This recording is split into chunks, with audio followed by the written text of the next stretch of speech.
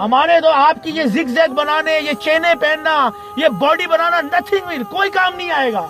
ना ये आपके काम आएगा, ना इसके काम आएगा, ना आपके पेरेंट्स के काम आएगा।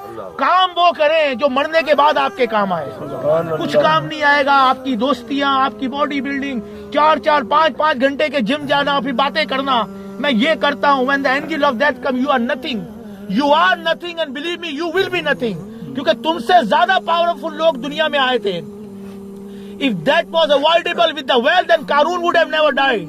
He was the richest person of the world. If that was avoidable with the ministry, then Haman would have never died.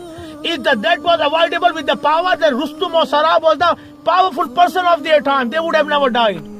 If that was avoidable with the medicine, then Jalinu, जो अपने वक्त का सबसे बड़ा हकीम था, he would have never died.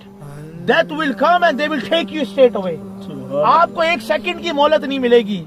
Simple message है, this is your last destiny and this is your final destiny. In this world people deny the God, people deny Allah, people deny the prophets, but no one is denying the death. मौत को कोई भी deny नहीं करता है।